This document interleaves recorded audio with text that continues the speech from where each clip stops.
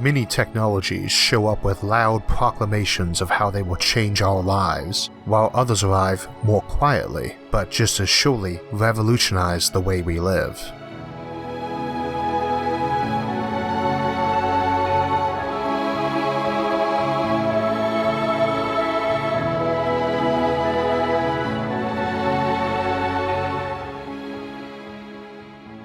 Two men wake up at 7 in the morning on August 10th. The difference is one wakes up in the year 2017 and the other wakes up in 1717. The latter wakes up chilly to the sound of a rooster crowing from a bed of straw he shares with lots of bed bugs. Neither his nightshirt nor his bedding is terribly clean, and he splashes water on his face from a bowl to help wake up before looking outside to try to guess what the weather will be like today. He, like all his family, and most of the people he knows, is a farmer, so weather matters a lot to him, and any other news will be a long time coming, including that his brother, who lives just a couple towns away, broke his leg a few days back and passed away from an infection. He works from sunup to sundown because he has little machinery, and he would probably work longer if he had access to something better than candles to provide light. Our other man wakes up in 2017 to the sound of an alarm clock. He is not hot or cold because his home has central heating. His pajamas and bedding are quite clean because he has a washer and dryer. He is a bit groggy because he can light his home at the flick of a switch, so he often stays up later than he should. Fortunately, he has hot coffee and a hot shower to help him wake up, and he checks his email while drinking that coffee and listening to the news and weather. He already knows his brother broke his leg a few days back, even though he lives a long distance away, and of course he does not die from an infection. He's just at home bored and probably would welcome a phone call. These are two very different lives. They are separated by 3 centuries, a dozen generations, and a slew of inventions, both major and minor. Those inventions, major and minor, have altered our civilization profoundly during that time. Our topic for today, however, is not those inventions, but rather the ones emerging nowadays that will change our lives once more, many of which get little notice in the news. Even those emerging technologies that get reported with much pomp and hype often bypass a lot of the simple yet drastic changes they will bring to how we go about our normal day. This was a topic picked by a poll of the channel's supporters on Patreon, and it's a great topic, but one that was surprisingly hard to discuss. A survey of technologies that don't get talked about a lot but will change the world we live in requires introducing those technologies and explaining the potential of each. The trick is that technologies that don't get a lot of fanfare don't get it because their value and applications are not too obvious. Fundamentally, technology is about making our lives better, safer, and more convenient. To talk about the impact technology will have on our lives, we need to go deeper than just what technology does, like how a fusion reactor makes electricity cheaper and renewable, an obvious benefit, but also how it alters our day-to-day life. Cheaper electricity is awesome. An energy source that doesn't run out or cause environmental problems is awesome, but it is easy to overlook all the other benefits that come along with them. We once devoted an entire episode to just that one technology back in the early days of the channel. Today, we need to cover several such technologies. So to do this, we will walk through a day in the life of 2 people, Sam, who lives nowadays in the year 2017, and Hannah, who lives just a few generations from now in 2077. Sam wakes up, hits the snooze on the alarm clock, then wakes up again 5 minutes later and grumbles as he gets out of bed. He gets the coffee maker started, then heads into the bathroom to shower, shave, and brush his teeth. Unlike most of his ancestors, he has all of his teeth, though some are fillings or caps. He drinks coffee and has a bowl of cereal, checks the news, dresses, and plots out his day. So Sam gets in his car, and unlike his grandfather, he can remotely start the car before heading out, so the vehicle is all warmed up when he gets in. He stops for gas before getting on the freeway and spends maybe 5 minutes pumping it. He does not need to speak to anyone though. It is 2017, not 1987, so he just slips his debit card into the machine rather than going inside to wait in line for a cashier. He doesn't need to grab another coffee either, because large thermos cups are cheap and easily available. When he gets back in the car, he has a phone message from his boss saying not to come home to the office. Everyone is going to a meeting hall, and here is the address. Sam's company makes software, and he is going to go demo that software this morning to a company in that area. He's got it on his laptop and keeps a projector in the trunk. They'll tweak the usual presentation and email it to him with some notes on the prospective customer. He doesn't recognize the address, but that is what GPS is for, so he gets on the road and almost reels in someone while trying to read those notes, but arrives at his destination and gives the presentation. Thankfully, they seem happy with the product.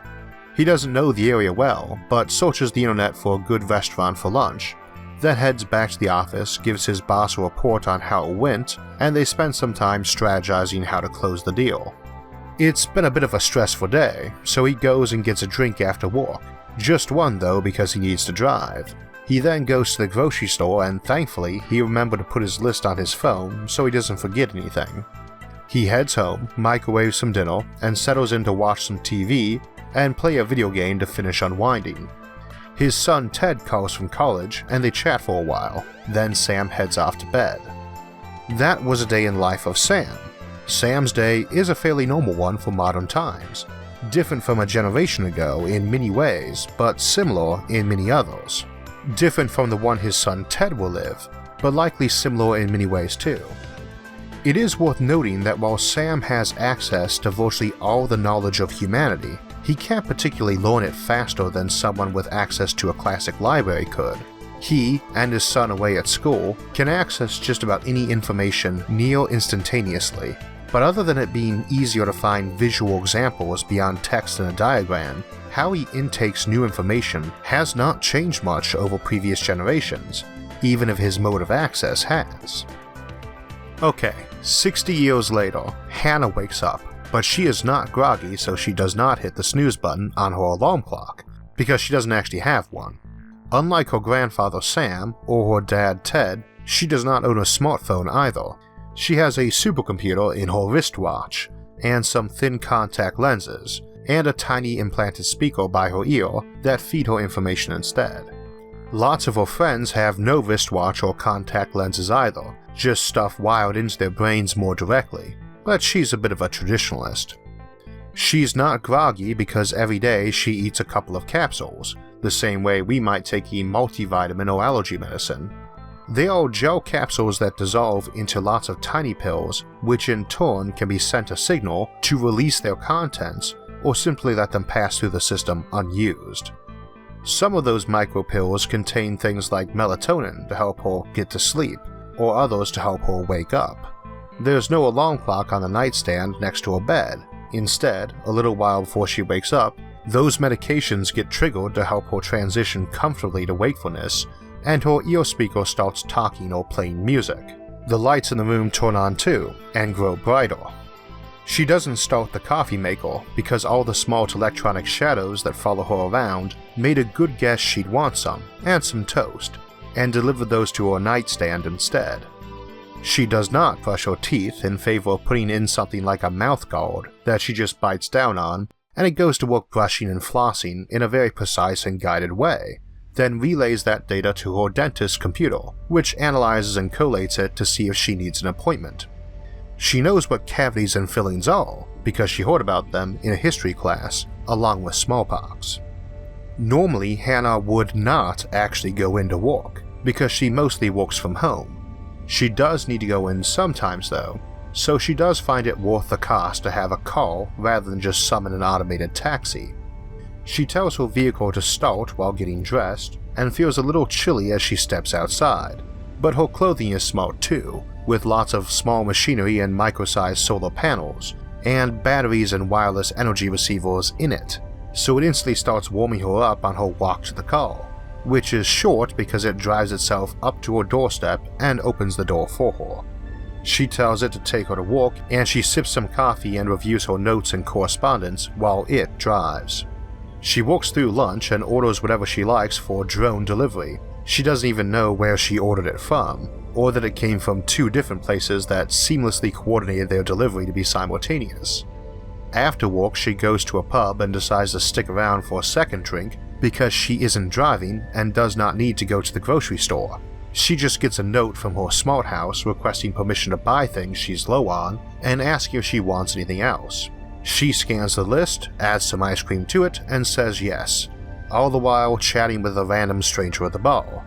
Neither of them ever gave their names, since they are just used to seeing someone's name pop up in their vision whenever they look at a person's face, and their various electronic shadows detect the mental equivalent of curiosity. She heads home and talks to her dad Ted along the way. He appears to be sitting in the car with her, with every sight and sound seeming to come from someone physically there, though her preferences are set to always give a certain halo and translucency to such folks so she doesn't forget they aren't actually present. He's entirely digital though. Her dad Ted is not there and not sitting, and from his perspective, his daughter is walking alongside him while he plays golf half a planet away. He remembers when the software for this was a lot less seamless and would show a video window of their face, and when you used to have to remember to take your phone with you and had to mess around trying to get charging cables into ports. He hasn't plugged anything in for a long time, and Hannah doesn't even remember doing so, because for her whole life everything has just been wireless. Energy is transmitted to small devices by magnetic induction, or runs off stored energy in tiny, high-energy density batteries that charge very quickly, and gets power off micro-sized solar panels in one's clothing, or by leeching a little energy off every swing of the arm or leg. She doesn't think about it much, but often it's a little harder for her to move an arm or leg when her electronic shadows think she needs some exercise, and devote that extra energy into the grid, or rent some of the processors in her clothes or braces out for cloud processing, signal boosting, and so on. Hannah works for the same software firm her father and grandfather did, but she never carries any equipment around for presentations because she rarely does them in person, and when she does, she can just grab the files off the cloud and share them right to her audience. And the interface is so smooth and mostly thought or gesture controlled that she can shuffle through dozens of charts or images in real time and send them, or even make new ones as needed.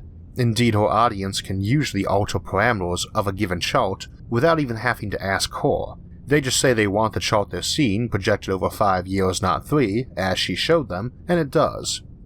When she gets home, she has dinner with her son, who is off at college, but is actually in the house in the flesh right now, because he just attends lectures by watching them, and he asks his professors questions by calling during office hours, which are all day, every day, because dozens of professors around the planet nominally teach that course, and his study group for doing homework is likewise spread all over the planet. An individual course might be taught by many different people, and he just finds the lecturer whose style he prefers and watches those, but it's not live, so he needs someone else to ask questions. Hannah doesn't ask him about his grades because he doesn't get them. He finishes a class when he knows the material, be it a day or 2 years, and he never takes tests either because the folks who designed the course also designed tens of thousands of questions or other progress monitors, and those just get injected from time to time in the course. When he's nailing them 9 times out of 10, it moves on to more advanced stuff, or tells him he has proficiency and that gets recorded in his file. Hannah does not need a second mortgage on her house to pay for his tuition and lodging, because paying a couple dozen different professors to prepare an instructional segment on a topic everyone around the planet can pick and choose from is a lot cheaper and more cost and time effective than paying one professor to stand in a room repeating the same lecture once a semester to students that may or may not be receptive to his presentation style, or have to miss a class and fall behind. There is no class to fall behind on, just subjects, and the ability to assess with solid accuracy how knowledgeable an individual person is at any time on that subject. So Hannah doesn't have much trouble falling asleep because she isn't too stressed out by life, and her personal health model can send in a signal to some of the pills left in her system to dissolve or tell her how much of something to take if she needs a hand getting to sleep. What is interesting about Sam and Hannah's lives is that they both live in a pretty automated and high-tech civilization. We spend a lot of time on this channel talking about futures in Hannah's era, or even centuries further ahead, and we tend to focus on big things. New spaceships, new energy sources, giant constructs we could build around our own star, or other stars and the ships that will get you there. Not today though, for today it does not matter that Ted was actually playing golf in a rotating habitat orbiting the Earth, complaining about how the spin throws off his normal swing. We care that his golf partner was actually lying down at home on his bed playing with him in virtual reality, and that he, Ted, and Hannah were thousands of kilometers apart, but all felt like they were in the same environment chatting, even though they were not in the same place and quite possibly all saw different environments. We don't care that they have rocket ships with big fusion-powered drives that can get to Mars in a week. We care about them having cars they can sleep in, fully relaxed in the knowledge that it could drive through a blizzard without a risk of accident, and that if one did somehow happen, a dozen safety systems would pop on deploying airbags and restraints before the vehicle even hit the target, and that if somehow even that wasn't enough, an automated ambulance would be on the scene in moments with robots controlled by experts hundreds of kilometers away piloting them, and already knowing from the vehicle's monitors exactly what happened and where all the injuries were and how severe. We also don't particularly care that Hannah's son can do classes online. We already have ever-improving technology allowing that. We care about the automated, interactive aspects of that, something called affective computing, or computers and systems that can recognize, interpret, process, or simulate human body language and effects. Fundamentally, it is this sort of technology that holds the strongest potential to revolutionize our lives. Sure, a student can watch a recorded lecture and pick from several variations of it by other people covering that same topic, just as you can do now on YouTube for instance. But it is a big game changer when the system can actually recognize that you are confused or distracted and act accordingly by simply bringing up a different or expanded presentation. One that can recognize what sort of voice tones and manner or accent you respond better to and suggest speakers based on that. It can even real-time alter theirs, or even perform text-to-speech functions that don't pronounce each word mechanically, but can simulate it like a normal person would say it, and possibly even produce a simulated speaker who doesn't trip all your mental flags as inhuman and disturbing. The uncanny valley, our tendency to respond more negatively to things which seem closer to human than further away, is a big hurdle to making such simulations. But if you can get past it, you open the door for books that don't just get read out loud by some cold, disjointed voice, but can be real-time performed like a TV show or interactive virtual environment without needing actors. It's a lot easier to learn the history of the world when instead of a book or lecture or even historical TV drama, a person can land in that environment where the bits they find boring can be seamlessly detected and altered, so they remain focused on the important knowledge while enjoying themselves. It's nice to have a test that doesn't need to have questions checking your reading comprehension, because it already knows what that was from monitoring you while you read. And even nicer if most text can adapt as you are reading it to rephrase the information or question to better communicate to you as an individual. It's like the automatic translator that doesn't just hear what someone said in another language and translate it word for word, but instead can convert all the idioms and expressions into another language and its own idioms and expressions. It will be even cooler if one day we can just download knowledge and skills into your head, like in the film The Matrix where they upload for a few seconds, and suddenly that person knows martial arts. I know Kung Fu. In the absence of that, while we can only use our eyes and ears to input data, which are limited to their format and bandwidth, being able to maximize those by tailoring the input to the individual could massively boost how well and quickly people acquire knowledge and skills. Nothing would more powerfully alter our day-to-day life than the ability to absorb skills and knowledge quicker than we do now. Even many of our conveniences come from simply making a task so easy you don't have to invest any time into learning it. A civilization where everyone is a jack of all trades and an expert at a few is fundamentally different from ours.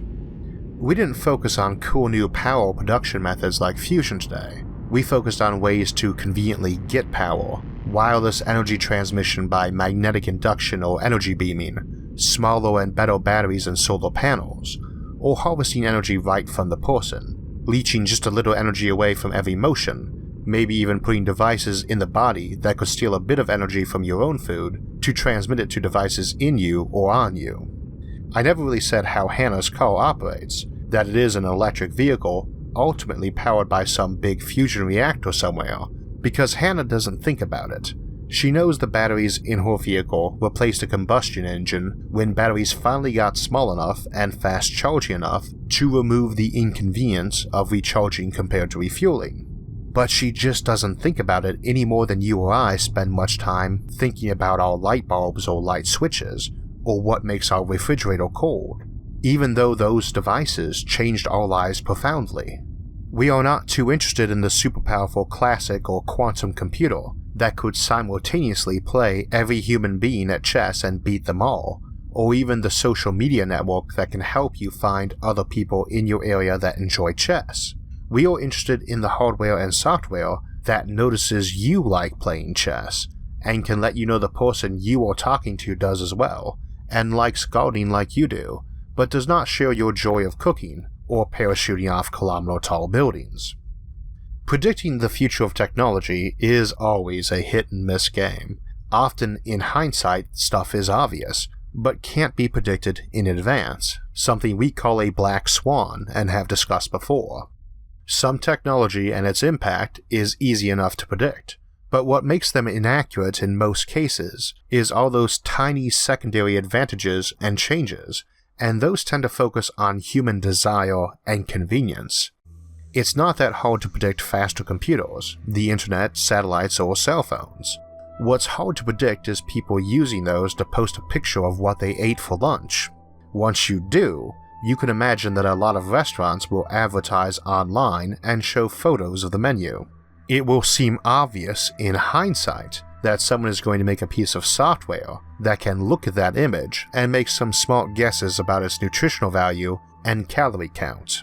It will seem obvious in hindsight that as we get more effective computing able to monitor your reactions, your computer will get better at showing you bits of stuff on your social media newsfeed that you will enjoy, and that advertisers will be able to hit you with an ad showing a picture of a pizza with the toppings you like when you are just getting a little hungry and haven't had pizza recently, and tomorrow you'll get shown sandwiches instead.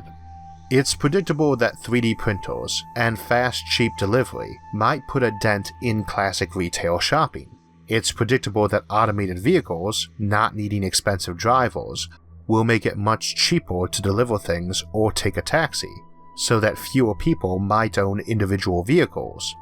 It is less predictable that these might start including a casual chat function that notices two strangers sharing a vehicle are uncomfortable and bored and can drop an icebreaker so they can talk to each other. It's less predictable that some software company will make a fortune designing algorithms for that which can seamlessly drop a targeted advertisement in there where the automated driver can say that it noticed you're hungry and like Italian food, and there's a great bistro just up ahead. Automated vehicles, wireless energy transmission, effective computing that can read your moods, or even mental implants that can sync directly to your thoughts are all technologies that are emerging and do tend to get a fair amount of attention in the media. However, it is very easy for us to miss a lot of those secondary applications that can quietly sneak in there to revolutionize our lives just as much as landing on the moon did, or going to Mars will. Next week, we will be starting up a new series looking at just that. We spent a lot of time recently in the Upward Bound series discussing how to get off the planet, and in the new Outward Bound series, we will be visiting some other planets and moons and talking about how to get there and what to do when you arrive, and we will start with colonizing Mars. For alerts when that and other episodes come out, make sure to subscribe to the channel.